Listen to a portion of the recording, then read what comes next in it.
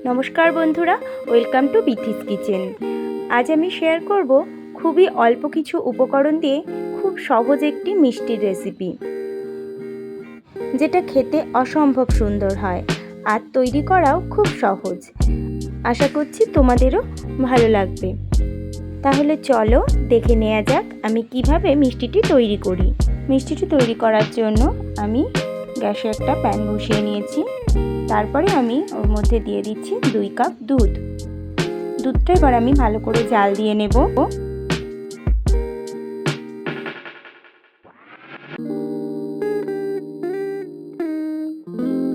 দুধটা এবার আমার জাল দেওয়া হয়ে গেছে।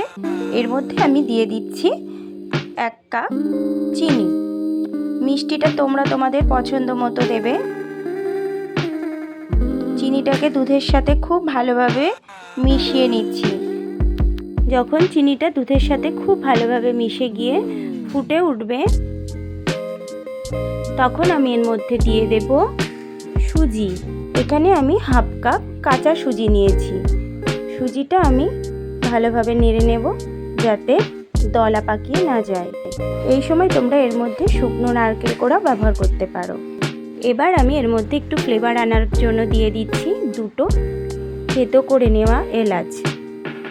এখন আমি সব কিছুকে খুব ভালোভাবে জাল দিয়ে নেব 2-3 মিনিটের জন্য, গ্যাসের ফ্লেমটা মিডিয়ামে রেখে।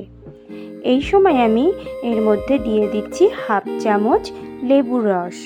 লেবুর রসটা দিলে অনেকেই ভাবতে পারো যে মিষ্টিটা হয়তো নষ্ট হয়ে যাবে বা এটা টক ফ্লেভার আসবে। আসলে লেবুর রসটা দিলে মিষ্টিটা একটু দানা দানা ভাব আসবে। লেবুর রসটা দিয়েও খুব ভালোভাবে আমি মিশিয়ে নিয়েছি। এই সময় আমি এর মধ্যে দিয়ে দিচ্ছি 1 কাপ গুঁড়ো দুধ। এই সময় গ্যাসের ফ্লেমটা আমি একদম লো করে রেখেছি। এবার দুধটাকে দিয়ে খুব ভালোভাবে মিশিয়ে নিচ্ছি। গ্যাসের ফ্লেমটা লোতে আছে। এই সময় কিন্তু খেয়াল রাখতে হবে যাতে দুধটা দলা পেকে না যায়। এবার সব কিছুকে আমি ভালোভাবে মিশিয়ে নেব। মিশিয়ে নিয়ে আমি 4-5 মিনিটের জন্য একটু জাল দিয়ে নেব।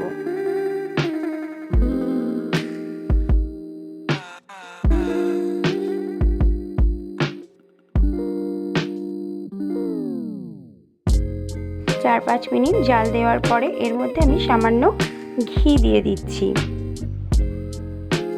ঘিটা দিয়ে আবারও আমি ভালো করে সব কিছু একসাথে মিশিয়ে নিচ্ছি।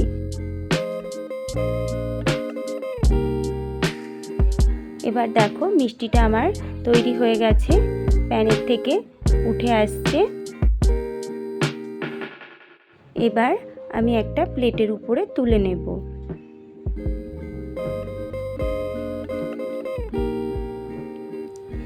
এবার তুলে নিয়ে আমি গরম থাকা অবস্থাতেই আমি একটা শেপ দিয়ে নেব।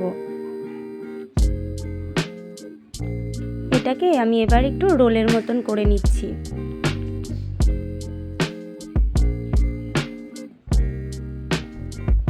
এটা গরম অবস্থাতেই করতে হবে।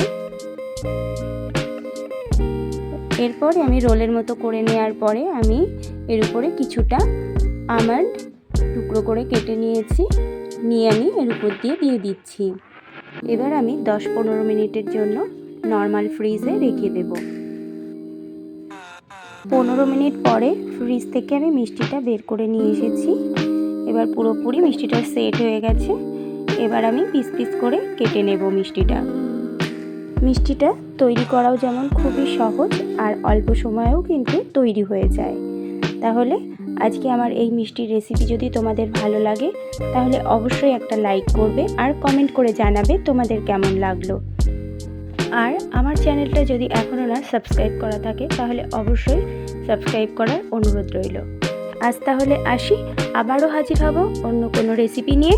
ভালো থাকবে, সুস্থ থাকবে। ধন্যবাদ।